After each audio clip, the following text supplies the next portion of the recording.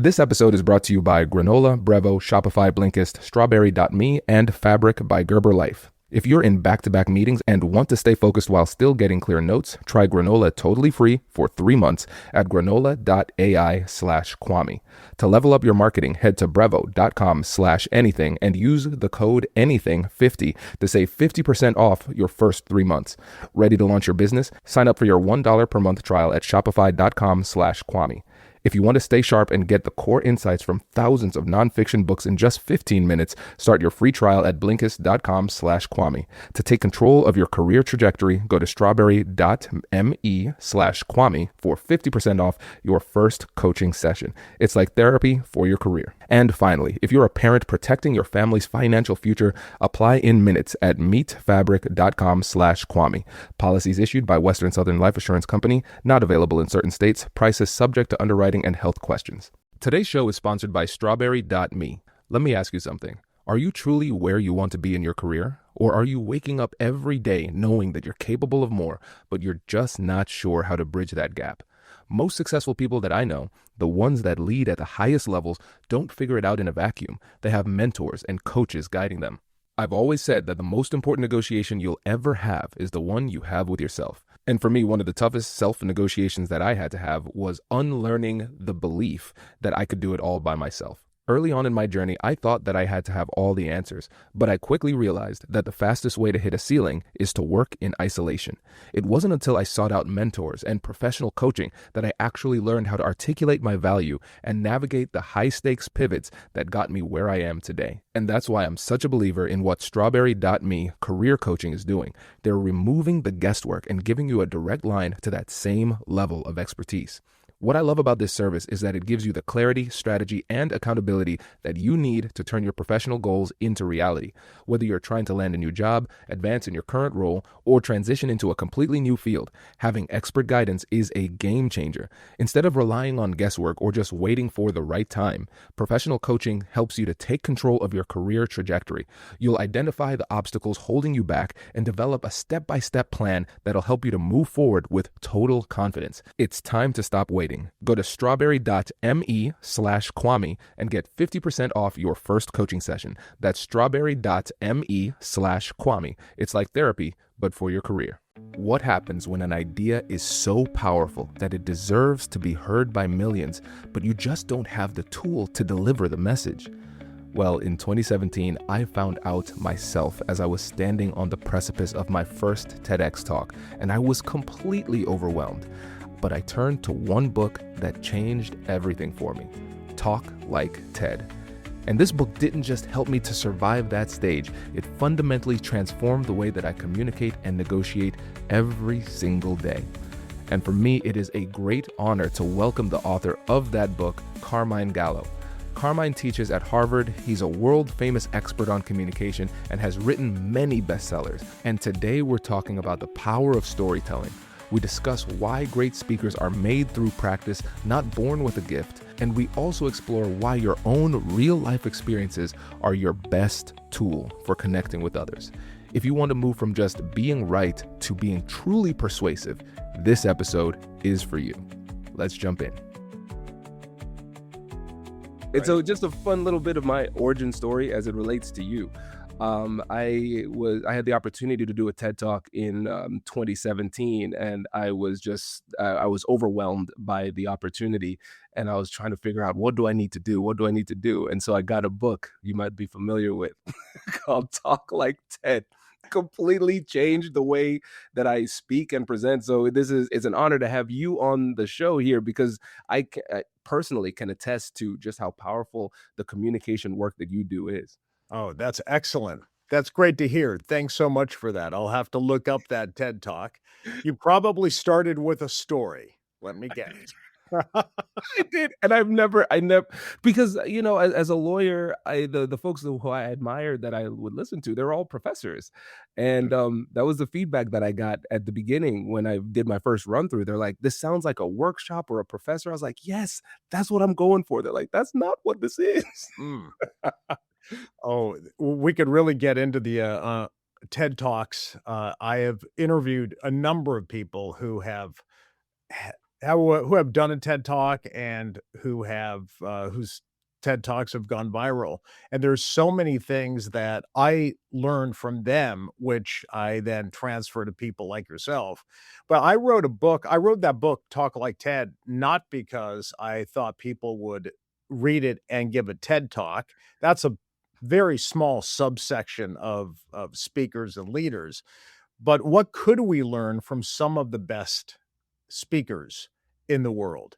And a lot of them have given TED Talks. So it was an excuse, really. It was an excuse for me to be able to touch base with so many incredible communicators. And the one thing I learned, and I'm sure you'll appreciate this, we can dive right into it.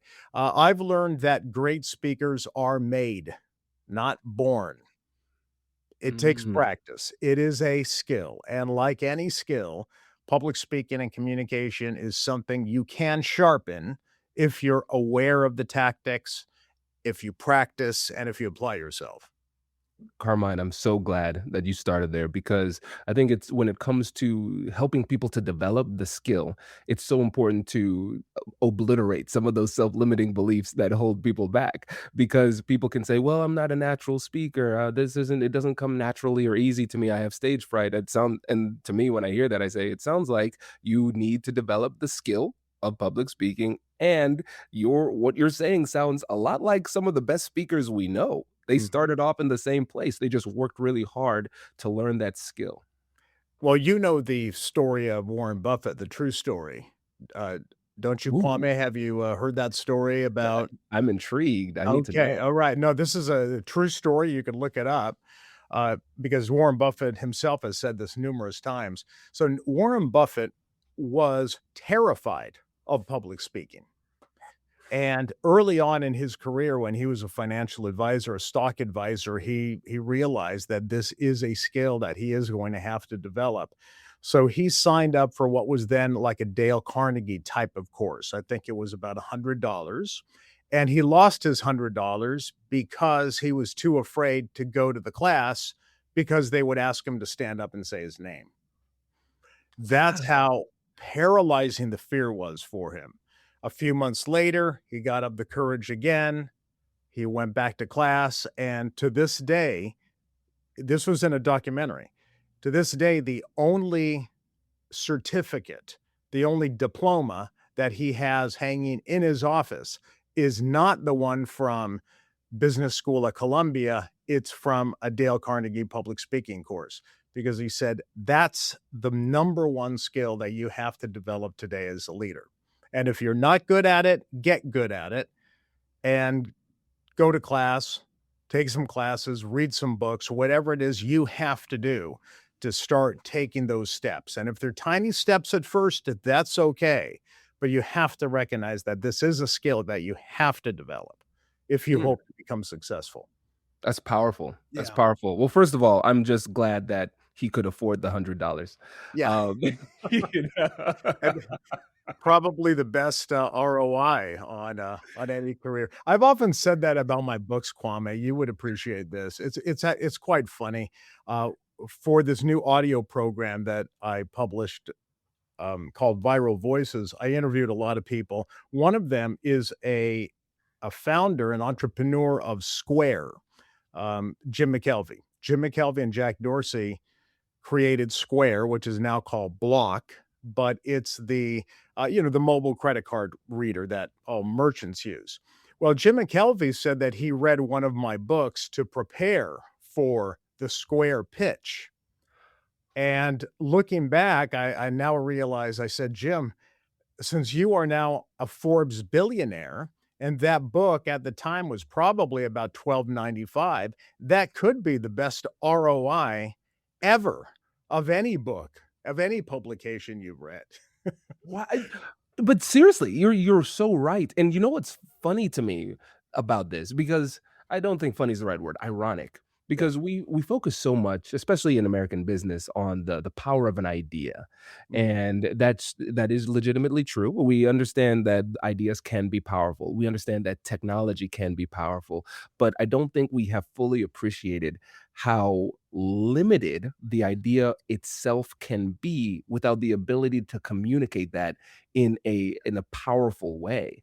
And I want to speak to this because I think a lot of times folks like to have the idea or the belief that, hey, my work will speak for itself. I don't need to promote this. And actually it cheapens me to have to convince or persuade or communicate this. So I want you to kind of speak to that belief because I think there are a lot of smart people who are holding themselves back by not investing into this skill.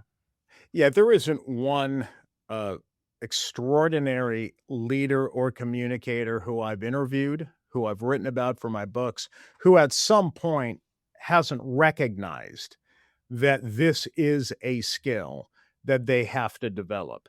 I think there's an entire category of people, Kwame, you're right. There's a large category of people who do not recognize the need to develop this skill. But I think those who reach the top in almost any profession, more often than not, they have they have the awareness that there is something they don't know or that they can improve on this soft skill, this very human skill of selling their ideas persuasively.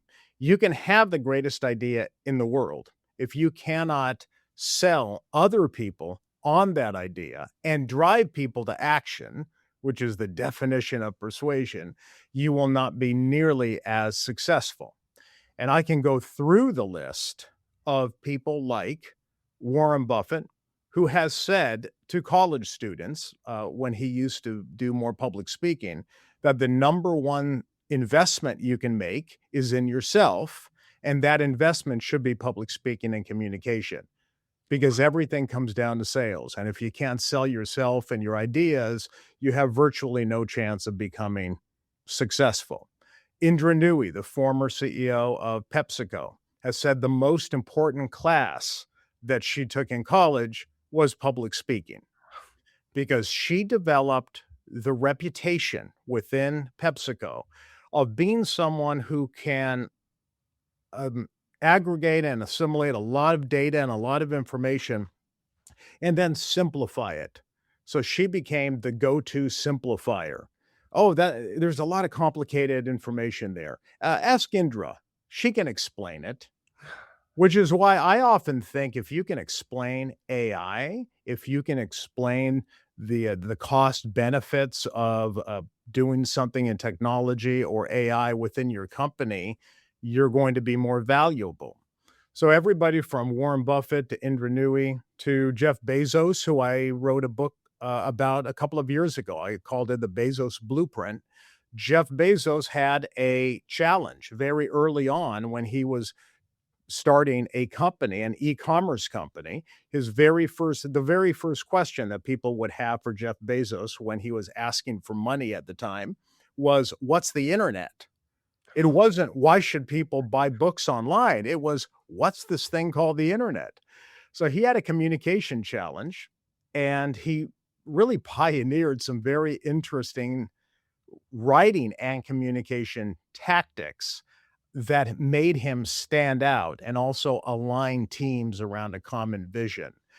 So many of the people who you see who are really good speakers, good communicators, charismatic leaders, influential leaders. At some point in their career, if you look far enough in the background, there's an event. There's like a triggering event, an inciting incident that convinced them that they had to improve on this skill, which anyone can improve upon, and that's communicating persuasively, selling your ideas in a way that really grabs people's attention and inspires them to go along on the journey. I agree 100%. And I'm thinking about some concepts that have gained a lot of steam recently. And the word that comes to mind right now is the word authentic. Mhm. because we have a lot of these avatars for who are great speakers that we could Yeah, aspire to. And I know with the way that you write, you're not telling people to be somebody else. It's right. taking the essential elements and making it authentic to you. But I think sometimes people get really hung up on that idea of authenticity where they say, okay, I hear this advice. It doesn't resonate with me. Therefore, I won't use it or it's not for me. I just want to have a bit of a conversation on that concept and how it can be equal parts empowering and disempowering, depending on how you see it. I think authenticity is more important today than ever. And that's because, a lot of people are being replaced, okay? Your tasks are being replaced by AI and artificial intelligence and software that can do things faster than you can. So I've talked to a lot of neuroscientists about this, and I've talked to a number of people who work within these AI companies. I just, interviewed a former executive from ChatGPT. Um, if Chat ChatGPT and AI are very good at aggregating information, distilling information, summarizing, clarifying, doing research, but they do not have imagination. AI does sorry to, pop everyone's bubble. I know that's a big thing these days. Is it human? No. I've talked to enough neuroscientists to tell you, no, it's not. So let's not worry about that. It doesn't have imagination and it certainly doesn't have emotion. But if you delegate a lot of your writing, you delegate a lot of your communication to AI, you end up sounding very much the same as everyone else who's delegating their writing and communication to AI. And now I've just read a number of articles on what's called AI slop. On YouTube, especially, I guess something like 30% of the videos now are just these AI created channels that get views, but they're not authentic. So the people with an authentic voice, with real experience, are going to start standing out, Kwame, more than ever. Because as more people get used to synthetic communication, those people who are genuinely authentic and good speakers and have a unique story are going to stand out. At least that's the theory. And that's not my theory. It's a theory from neuroscientists who I've spoken to and people who work as engineers and scientists within the AI field. I think that's interesting. So I think you need to celebrate your own unique human voice because that's something that AI cannot do. I agree. And when you think about the unique voice, it's our unique voice is going to be comprised of the extent of our life experience. Our lived experience is in itself unique. Your lived And experience, that's a term that came up quite a bit in my interviews, oh, right? nice. Okay, so Yeah, we're on it. This is great yeah. because I think what would be helpful too, as we think about the value of authenticity, we recognize it will help us to stand out, help us to sound unique. How can somebody still stay true to themselves and be authentic while at the same time communicate using the tried and true principles that we know are associated with effective communication? Yeah, that comes down to storytelling, which is why I really think that this word storytelling is something we should focus on. I teach at Harvard. I teach executive education at Harvard. I also speak to a number of very high level leaders in everything from healthcare to technology. And storytelling is not something that comes natural. I love it because I've been immersed in this topic for many years. I enjoy talking to speechwriters. I enjoy learning from screenwriters, people who live in and work in Hollywood. How do we apply Hollywood tactics to presentations and communication? So I've realized, Kwame, that I have been immersed in storytelling for years, maybe 2 decades now, but when I bring it up to business professionals, they don't quite understand Mm. how it applies to them. They think, "Is this, a creative writing course that I just got into? What does storytelling have to do with me?" So I think storytelling is something that we should focus on and clarify because it really is going to be your distinction, especially as uh, a lot of content becomes derivative of one another. It's the unique story, like you said, your unique lived experience. So, real quickly, let me just explain why storytelling applies to each and every one of us. One of the many experts I've interviewed is Yuval Noah Harari. And Yuval wrote the world's best selling nonfiction book called Sapiens. I'm sure you've heard of it.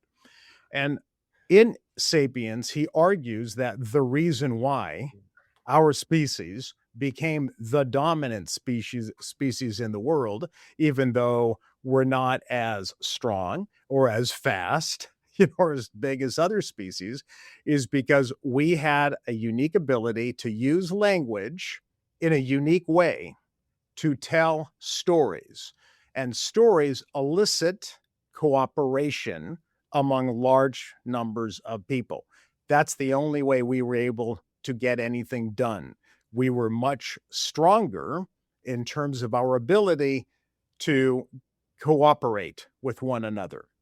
Now, that's Yuval Noah Harari's theory. I spoke to another neuroscientist, one of my favorites, one of my mentors, a guy named John Medina, who has been studying molecular biology at the cellular level for some 4 decades. And he told me something very similar. He said that it is deep within our DNA that for some reason we are attracted to information in story form. So when two people are just delivering facts and information to each other, uh, it's really hard to have that brain sync. And they're actually studying this in the lab. We only are connected to each other when we share each other's stories. And that's why stop giving PowerPoints. Okay? Don't give a PowerPoint after this session, after this podcast. And but let me be clear, you can use PowerPoint to complement a story. I'm not saying don't use the slides, but the story has to come first. Tell a story first. Bring people along on a journey. Use PowerPoint if you like, or Google Slides, or any other app to complement the story. We are visual people, but the story has to come first. And AI cannot create a story. It Yeah. can help you maybe write it so it's a bit tighter, but it has to come from you, has to come from your unique lived experience with maybe a frustration, a problem that needs to be solved. Um, Stories break down barriers with each other to one another. I remember interviewing Brian Stevenson, who gave a very famous TED Talk. He is a human rights attorney, and he told in 18 minutes, he told 3 personal stories from his life, 3 stories that related to the theme of his talk. They weren't completely random, they relate to the theme. But they were very personal stories. And I asked him later after his TED Talk, I said, Brian, why did you isolate and identify those particular stories? And one of them was about his grandmother. And he said, Carmine, everybody's got a grandmother. It's an instant connection. It's a way of breaking down barriers to persuasion, which, as you know, is very critical for any negotiation to take place. So if you really dig deep into this stuff, you'll realize that people who are persuasive, who are good negotiators, who stand out, are in effect storytellers. They may not call themselves storytellers, but they are. And in fact, some people actually do. I interviewed Richard Branson for this new audio series. And Richard Branson said that storytellers, entrepreneurs are storytellers.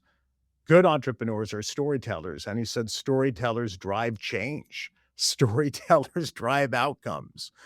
Uh, so again, it's something that I think you'll start to notice that the people who have reached an incredible level in their lives or have amazing influence, who you consider a good communicator, now start listening carefully about why, what do they say? How do they say it?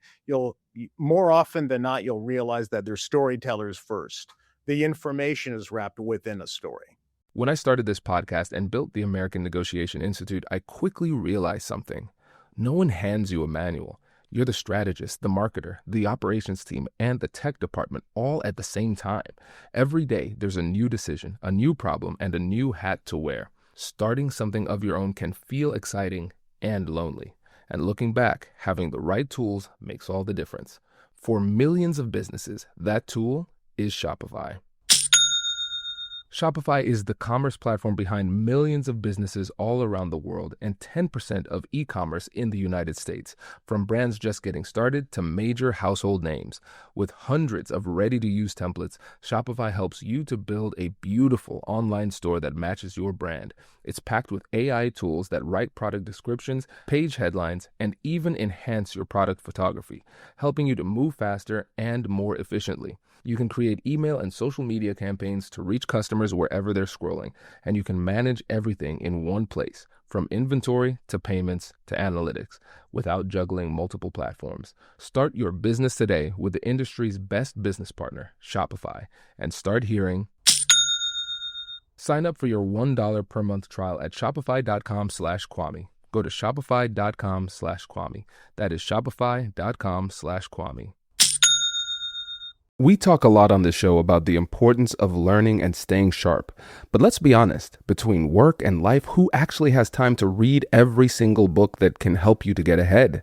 And that is exactly why I use Blinkist. It's an app that takes the world's best nonfiction books and breaks them down into 15-minute summaries that you can read or listen to. They have over 9,000 titles, so whether you're into leadership, psychology, or negotiation, they've got you covered. Personally, I love to learn about a wide variety of topics, not just negotiation, but psychology, history, and communication. All of that knowledge works together to help me to be the negotiator that I am today. If you've been meaning to dive into the frameworks we discuss here every week, Blinkist is the fastest way to get those core insights while you're driving to work or at the gym. It turns your extra time into a real advantage, helping you to show up to every difficult conversation with more clarity and courage. If you want to start learning faster and showing up with more confidence, this is the tool for you. Go to Blinkist.com/Kwame to start your free trial. That's Blinkist.com/Kwame. Brilliant. It's so true. It is so true. When somebody tells a story, it's hard not to listen, especially if they are skilled storytellers. Again, focusing on that word skilled. It's a And skill. It's hard. You have to work at it. I've been studying storytelling for years, and I'm always coming up with new ways of helping people understand what it means to be a storyteller. But it's hard. I'm not going to pretend that this isn't an advanced communication skill, frankly. right. And let's get into this because I think we are so surrounded by stories and great stories that we take it for granted. We're raised with stories. And so we say, okay, I mean, I've been around stories my whole life, but couldn't I just learn this through osmosis? No, it takes skill. And so when you think about the biggest mistakes that you see professionals making when it comes to storytelling, what are those mistakes that often come up? Not having a structure, not understanding that you are a storyteller, even if you're giving a PowerPoint, even if you are just delivering information, you're a storyteller. We're all storytellers. Storytelling is wired deep within our DNA. When we sat around campfires, when our ancestors sat around a campfire, they told stories, and stories inspired, they informed, they ignited people's imagination. There's another book I read that's how we became explorers. See, Wow. unless you hear a story of a faraway land, you're not really going to be inspired to get in a canoe and paddle out there. So everything comes down to the stories that have inspired us. So, one, you are a storyteller. Understand that. You're not giving a PowerPoint presentation. You are a storyteller first. It is deeply wired in our DNA. And there are a number of neuroscientists who are studying this in the lab. So there's anecdotal evidence, there's historical, sociological evidence, and now we're starting to see it in the lab. Different chemicals are at work. It's very interesting. Uh, But now you have to start looking at yourself as a storyteller and saying, well, what does that mean? What does that mean to be a storyteller? Well, a good story has a structure. This goes back to Aristotle. We understand what this formula is. Aristotle was the first person to say that a story or a speech has a beginning, a middle, and an end. Okay. What has Hollywood done with that? Hollywood took the beginning, middle, and an end, created a three-act structure around it. So the first 30 minutes of any movie is the setup. That's when you learn more about the characters. What is act two is the conflict. Every great movie has to have tension, conflict, heroes, villains. And act three, of course, is the resolution when the hero, gets what they want, or there's a satisfactory ending and everyone lives happily ever after. So there's act one, act two, act three. Every Hollywood screenwriter has to follow those three acts in order to create a successful movie. The only person I heard that doesn't is Quentin Tarantino, who pretty much rearranges everything. Right. Well, we're not Quentin Tarantino, and we're just in a business presentation. So let's stick with the three-act structure. Here's why it's so important. And now, again, people will be listening to this thinking, oh, okay, well, that's still very creative and doesn't apply to me. It sure does, because I know as a fact, I saw this after it happened. Steve Jobs, the great Steve Jobs, who, when he delivered the iPhone presentation in 2007, when the first iPhone was introduced, he used a three-act structure. And I know that as a fact because I saw some early designs of that presentation by the people who designed the slides for Steve Jobs. It's a three-act structure. It was a perfect three-act structure. Three acts meaning if you if someone comes out and says, "Hey, we've got an exciting new product to show you today, and here's a PowerPoint slide, or here's a slide. Take a look at it. Isn't it cool?" That's not a story. That's information. A story is something like, two guys growing up together in a garage, and they decide to start a company because they want to create products that are beautifully designed, that are easy for people to use, to take the power of computers and make it something that is simple and fun and interesting for people to use. Those two guys were me and Steve Wozniak, and here's a picture of us in my parents' garage, working on the first Apple computer. And since then we started making other tools and other computers that are beautifully designed and easy to use. But now we've reached a problem. There's a problem in this category, and the category is called smartphones. How many of you have a smartphone? Oh, everyone has a smartphone. There's a problem with it. The problem is that they're very complicated and very hard to use, aren't they? Oh, pretty soon people are nodding in agreement, going, "Yeah, yeah." Well, why? Why are they hard to use? Oh, it has to do with these keyboards. The keyboards are in plastic. They don't move. It's very hard to add apps or features. So we came up with a better way, a way to solve this pain, a way to solve this problem that you have, and it's called the iPhone, and here it is. And then the next, 90 minutes of the presentation was, let's dive into the iPhone. But the iPhone didn't he Steve Jobs did not introduce the iPhone until act 3. So Hmm. act 1 is the setup. Here's who we are. Here's our values. Here's what our mission has always been. Now we can get into act 2, which introduces the problems, the villains. In this case, the villain was an entire category of product. And act 3 is, here's the solution. Here's the hero who's gonna make your life better. The reason why that was such a beautiful presentation, and anybody can go onto YouTube today and watch all 90 minutes of it. The reason why that was so effective is because at the beginning of that presentation, 2 days earlier, most of the business press was skeptical. People were Hmm. asking, "Why do we need another smartphone?" There's so many different types of smartphones from Samsung and all the others, and Apple has never built a smartphone. Why do we need a smartphone from Apple? 90 minutes later, people are lining up around the block to get that. That's persuasion. That is persuasion at a masterful level. But here's the thing, do you think that just happened?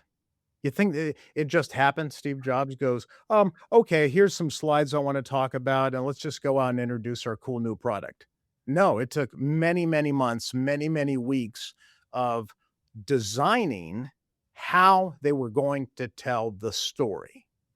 Years later, Tony Fadell, who worked not only on the iPhone, but he's called the father of the iPod. He worked side by side with Steve Jobs. Later went on to start Nest, which he sold to Google for $3 billion. So he did okay too. He was on a podcast a few years ago, and the host asked, "What did you learn from your boss, Steve Jobs?"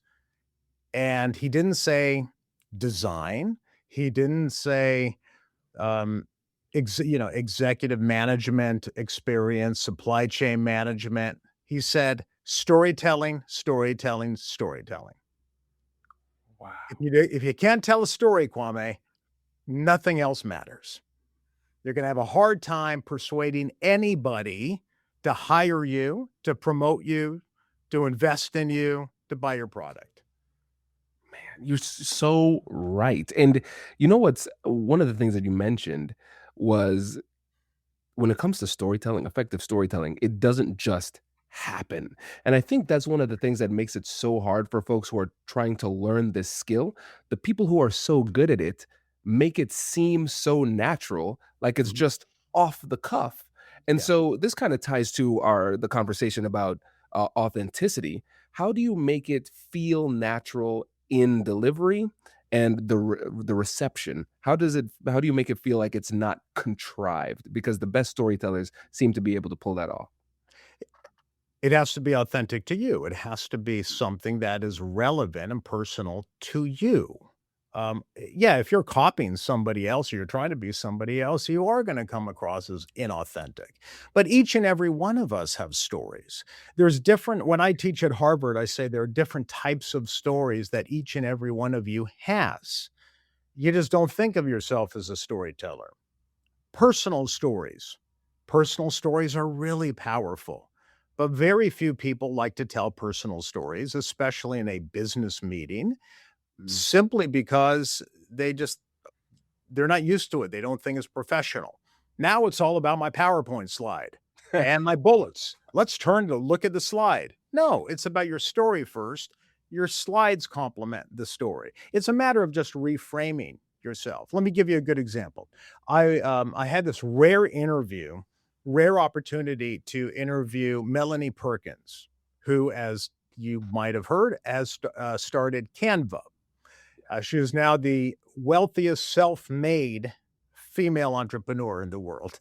I think Wow. Canva's worth 40 billion as we're speaking. But you know what Canva is, right? The online design platform. Well, Melanie told me something really interesting. She told me that she was rejected. The Canva pitch was rejected over 100 times. She was feeling really frustrated. She needed money in order to get an engineering team together so that they could create this Mm. online cloud-based design platform, which, as you can imagine, is not that easy to do. You need a whole team. So she was trying to convince investors to back Canva, and a lot of people turned her down. And she realized something. She wasn't telling the origin story. Does it remember you said Simone has an origin story? A lot of people have origin stories. They don't even realize it's an origin story, so they don't tell it. Melanie Perkins had a great origin story, and it was very, very simple. When she was a university student in Australia, like many struggling students, she needed to make ends meet. So she had a skill, which was design. She was really good at graphical design. She started teaching other students and her peers graphic design on the side. The problem was Okay. You see how act one, act two, act three. Act one is who is this girl? What is she up to? Student at university in Perth, Australia. The problem was that when she started teaching design, she realized that most people don't know design, one, but the design tools were very expensive. Photoshop at the time, you remember the old software was boxed software. So you had to buy the software, which was really expensive, and then install it on your computer. So not only was the software really hard to use, but also very expensive, too expensive for most college students. Now we transition to act three. How are we going to solve this problem?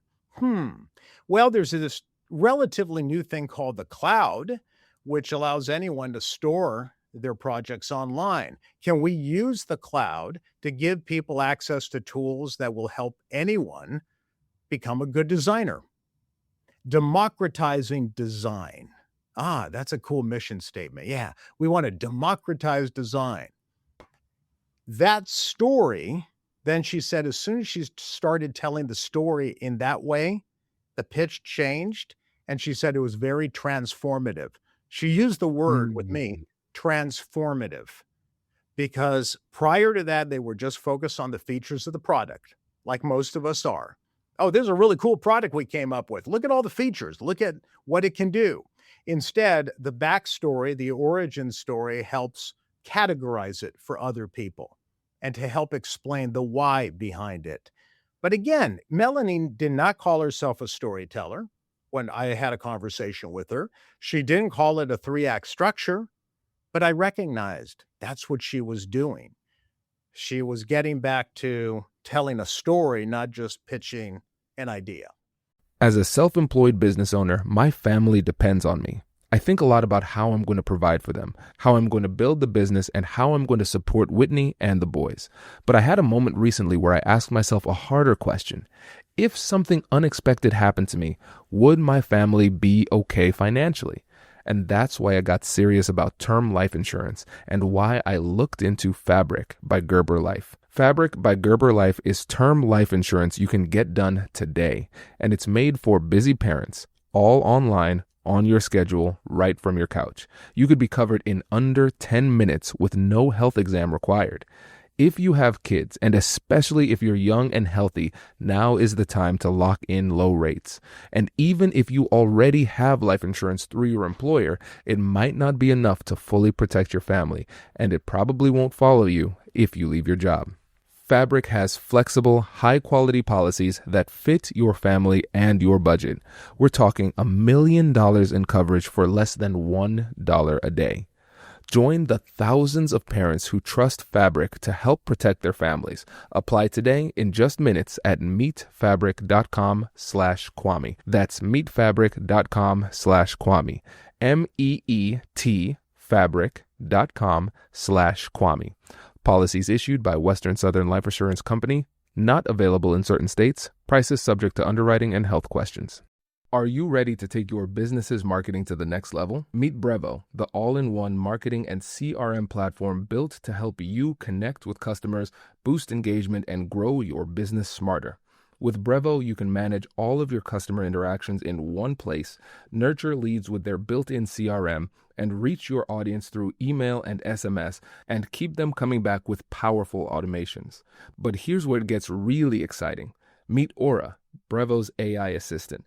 Aura helps you craft smarter campaigns by suggesting personalized content, optimizing send times, and even analyzing performance data to help you improve your strategy in real time. It's like having a marketing expert on your team 24/7. And of course, Brevo offers advanced analytics, seamless integrations, and AI-driven personalization. Everything you need to craft multi-channel campaigns that hit the mark every single time.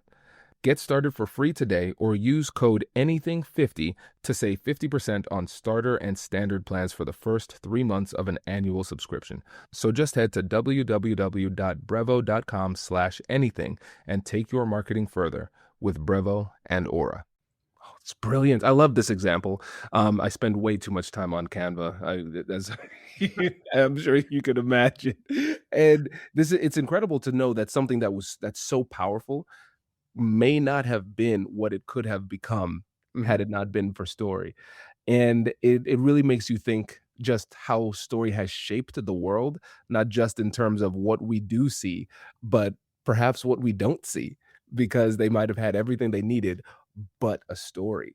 And Yeah. I think for a lot of professionals, it requires a little bit of humility too, because they might see themselves as a lawyer, an engineer, a doctor, whatever it happens to be, and that is the leading identity. And they say, all right, it is that identity is based on the intellect that I have and the data that I have as well. But Mhm. now you're saying, okay, I love this advice of changing your identity when you're communicating to a storyteller. Oh, yeah. Because when you see yourself as a storyteller, now there's a little bit of humility, vulnerability that goes into it. And it's all about the person that's in front of you, connecting with them through that story. And it's okay to fail. It's okay to share stories of failure and hurdles. That makes for a much better story. Richard Branson taught me this. He said, nobody wants to hear a story that's just one success story that goes up in a straight line. There's got to be hurdles and challenges that you overcome. That makes for a much more interesting story. So Richard Branson told me something so funny, and I'm glad I captured this in Viral Voices because we had this an audio interview, and so it's in Viral Voices. But Richard Branson told me that when he's an adventurer, right? He's a risk taker, and he used to do these really crazy stunts to get publicity for Virgin. And once he tried to cross the Atlantic, he tried to beat the world record for crossing the Atlantic in a hot air balloon.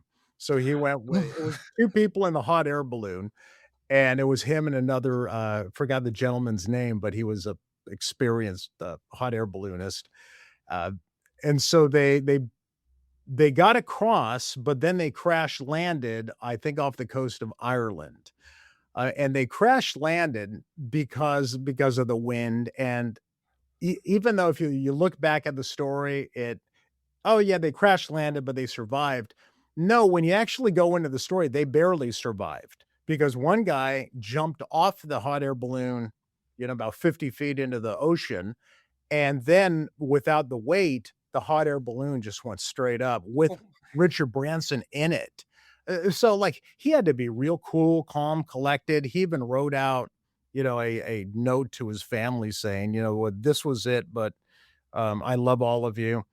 Eventually, he figured out how best to kinda start lowering it enough to where he could jump in the water. By that time, there were some rescue ships coming, and so he jumps in the water, and if you look at the news reports, the very last thing that is on the image of all the TV sets back then, was, the Virgin logo on the balloon sinking into the ocean. And Richard Branson said, "You know what? That publicity was worth it because if we had not failed and crashed into the ocean, uh, that majestic scene of the Virgin balloon sinking into the Irish Sea would not have happened." He said, "That was a much better story than if we had survived, or if we had succeeded the first time." And then we succeeded the next year, and it was great. So he said, stories of struggle, near-death experiences, not that we would all hope for a near-death experience, but every movie has one, frankly. It's that moment when all is lost, when you don't think your company is going to make it, when something happens or a crisis happens and you don't know if you're going to be around, that next month or that company is going out of business. Those stories are really those stories of near death company experiences or career experiences, those are great. Those are great because they really connect you to people because they could all see themselves in your struggle. So if you have a struggle like that, not like hot air balloons, not many of us are gonna have that, but if you have those kind of struggles where, hey, you don't know if this project could have taken down the whole company, but you managed, to align that team around the project and get things done even when no one else believed it would happen. Hey, that's a good story. So that one story can give more inf can, uh, display more information about who you are and the values you hold than an entire book, an entire PowerPoint presentation. So sometimes those authentic stories are absolutely key to getting what you want, in a negotiation or in a job or a promotion. Wow, this is so powerful because one of the things that's really hitting me hard is that everybody has a story. Everybody Mhm. has multiple stories. And when it comes to storytelling, I think one of the biggest things that holds people back is the fact that they don't realize how powerful the stories they already have are Yeah. or could potentially be. Mhm. And it sounds like we could take a story of struggle, adversity, and Yep. of any kind of story from our life, and if we do a good enough job, we can create a creative nexus to the point that we're trying to make in the presentation or the negotiation or the conversation. And it's not so much what that story happens to be about, but the message you can take from it and connecting it to the ultimate message you want to share. I think good communicators and great leaders are very deliberate about the stories they share. Why does the entrepreneur James Dyson, who invented the Dyson vacuum, is it that he starts his book, which I know I've got his biography here somewhere, the very first page, he says he failed 5,126 times. Why does he start with that? He failed 5,126 times because he was trying to invent this new product, this new vacuum cleaner. But it set the theme for the rest of the book because that's what invention is. That's what a great inventor does. They take risks. They don't allow failures or mistakes to stop them. They learn from their mistakes. They learn from their failures. So the fact that he could always tweak, learn, experiment, fail, learn, experiment, that tells you so much about who he is as an inventor and about his company and the ethos or the vision that pervades that company. So sometimes a really good story becomes what I call a signature story about that brand or that company. Case studies, a lot of people, all sales folks, every salesperson I know, at least who's a good one, has case studies. Let me tell you a story about another client that I had or that we had, who was in the same position you were.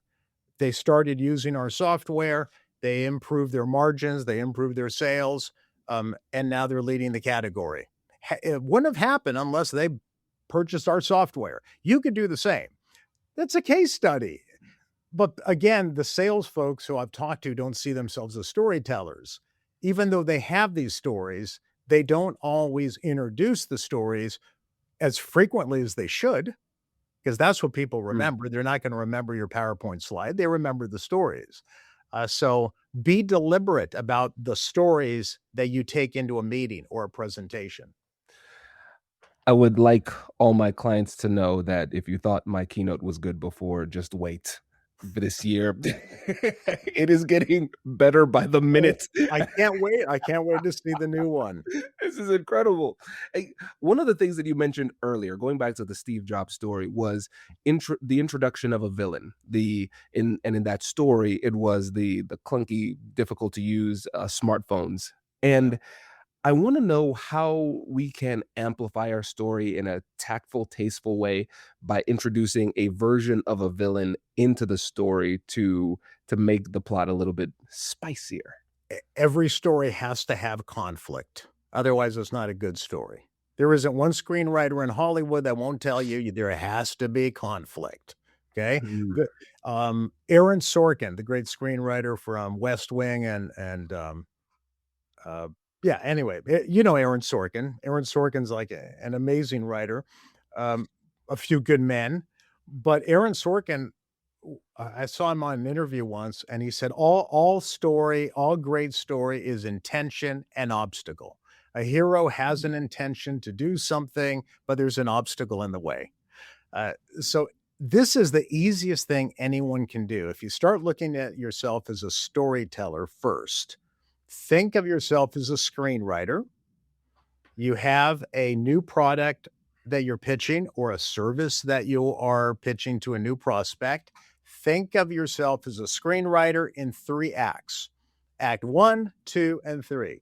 Act 1, this is actually called the hero's journey. Goes back to Joseph Campbell. People can study that if they want. I mean, you could really get into the weeds on this stuff. But in its simplest form, act 1 is the setup. That's the ordinary world. This is the world in which we're living today. You could do this with any client. This is the status quo. This is the world that you're living in today. This is how you're doing business. By the time you say this in 2 or 3 sentences, you got somebody nodding. Yeah, okay, they've done their research. They know our company. That sounds right. Here's the problem. Now you introduce the conflict. Here's the problem that either you're facing or you will face by continuing to do things the way they've always been done. Oh, yeah, that's a good point. Now you get people leaning in a little bit going, no, that's interesting. The genius of Steve Jobs was that he can introduce a problem and convince us we had a problem that we didn't even know we had. That's genius. But as long as you can at least explain the problem in a way that's clear and that your prospect understands and can agree with, that's all you need to do, Kwame. We're not writing a 2-hour screenplay. We are just trying to get people to lean in. Now I can set up the solution, which could be my idea. It could be my service, my company, my product, but I can't get there unless I'm drawing you into that story somehow. So that's the simplest way you could do it. Act 1, take them on a hero's journey. Act 1, Act 2, Act 3. Status quo, problem with the status quo, solution. By my solution, everybody lives happily ever after. By that time, you'll get a second meeting. I've actually been told by great salespeople at big companies, they say, Carmine, sometimes it's all about getting the second meeting. Very few people are going to write a check there today, but if you can intrigue them enough to get a second meeting, that's a win. That's brilliant. And now this became mandatory listening for my sales team. So thank you for that, Carmine. I appreciate that. And if I recall correctly, isn't it something like 70% of the Fortune 500 you've worked with? Something like that. Yeah, I'm really proud of that. I've worked directly with senior executives at least 7 of the top 10 Fortune 500 companies. So everybody from AWS, Amazon, Walmart, Microsoft, Google, and I learned something from each and every one of them. I remember at Google, Kwame, I met somebody who was a data analyst, a very senior level data analyst, globally renowned as someone who understands math and data, because, Google is a data-driven company. But within Google, he called himself Google's chief storytelling evangelist. And I said, why do you go by that moniker? And he said, because it's all about convincing our prospects to do business with us. And the scope of change that we're trying to get is so big that you can't just give them information. You have to package it in terms of story. So what he did is he worked with the sales folks to help them interpret the data that Google has and turn those into case studies and stories that then they can offer their customers or their prospects. But I found that fascinating that one of the world's leading data analytics experts internally called himself the chief storyteller. Right. Which goes back to what you said about identity. You have to see yourself as a storyteller in order to become one. And don't get caught up in dismissing this as a soft skill. It's not. In fact, the data shows that the hard data shows that it's a valuable skill. I'll give you one great example. Changed the way I think about this. This happened a few years ago. I was interviewing the head of Y Combinator. Some of your listeners may have heard of Y Combinator. It's a little under the radar if you don't live in Silicon Valley like I do, but they are the seed investor and angel investor to many of the brands that we know today. Everything from Reddit to Airbnb. They're the ones who have this program where they bring in these usually very young or untested entrepreneurs. They give them some money, and then they mentor them for a few months before they let them out in the world. But they have a stake in it.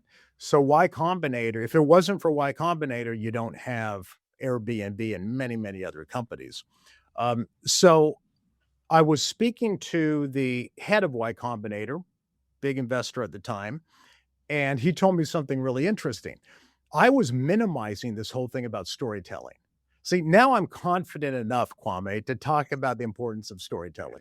Back then, when I first started kind of dabbling in it and explaining it to business professionals, I wasn't sure if it was going to be as important as it turned out to be.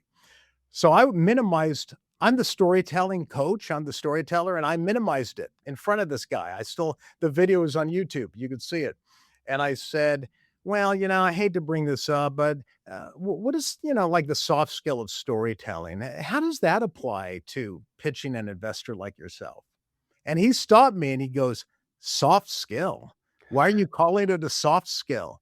He said, if you can't come into Y Combinator and pitch a story, because most of the time you're not going to have a real product to show. You'll have a minimal product. Maybe it's nothing more than an idea. If you cannot convince me to go along on this journey with you, then you're not going to get investment and you won't be nearly as successful as you could be. So that idea is going to die on the vine. It's going to be really hard for you to get buy-in to that idea. And then he paused and he looked at me and he said, you call storytelling a soft skill. I call it fundamental. Wow.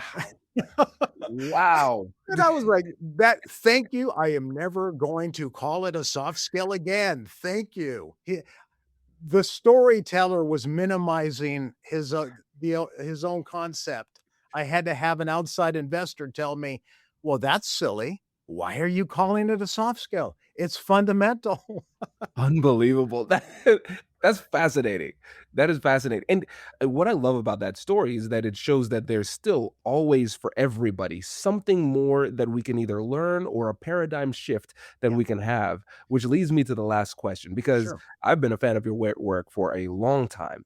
And now to see that you're coming out with something new, Viral Voices, I'm intrigued. And I have two main questions. Okay. Question number one, considering everything that you've already contributed to the world in terms of thought leadership, what made you feel like you needed to do another project? And then number two, what was the most surprising revelation that you learned through that project?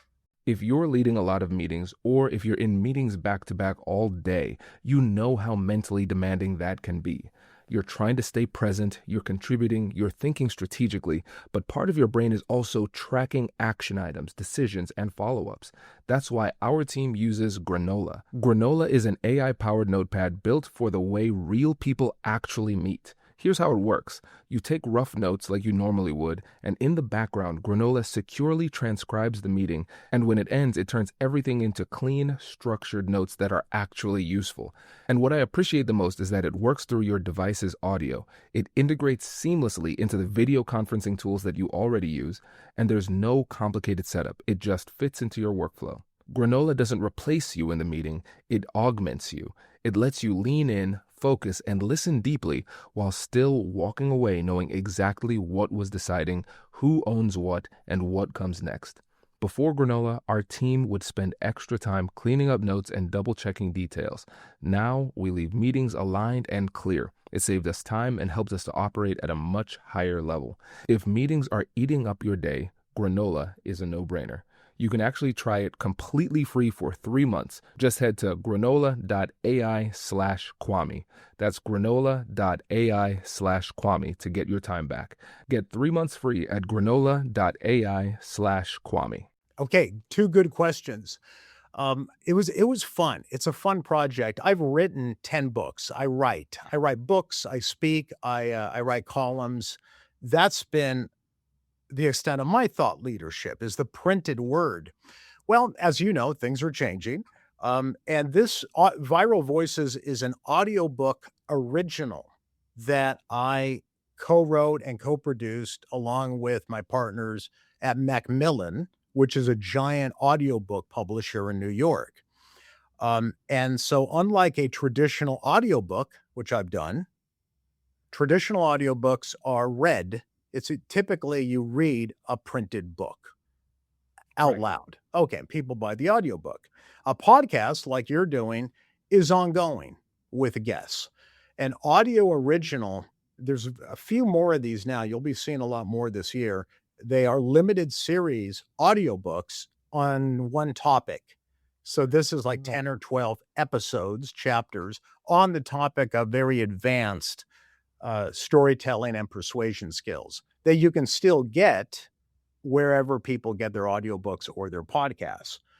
But it gave me the ability to bring things to life. How else can I talk about vocal delivery without not only hearing my voice, but maybe hearing other experts and then cutting to archived audio of somebody speaking in the way we're telling you to speak. So, for example, I interviewed one of Barack Obama's speechwriters, and it was fascinating. We talked about why do you keep words short? Why do you stick to the rule of three? Like, yes, we can. Okay, that's all very deliberate. How do you deliver? Um, how do you deliver the words for ultimate impact? So you hear me, you can hear the expert who I'm speaking to, but then we could also cut to archived audio as well, or John Kennedy, or Dr. Mike, or Mr. Beast, more contemporary artists. That's been a lot of fun. I think it actually gave me much more creativity because this is a hard concept to right. talk about in the printed form. So Mm, I like the whole idea of bringing the audio to life.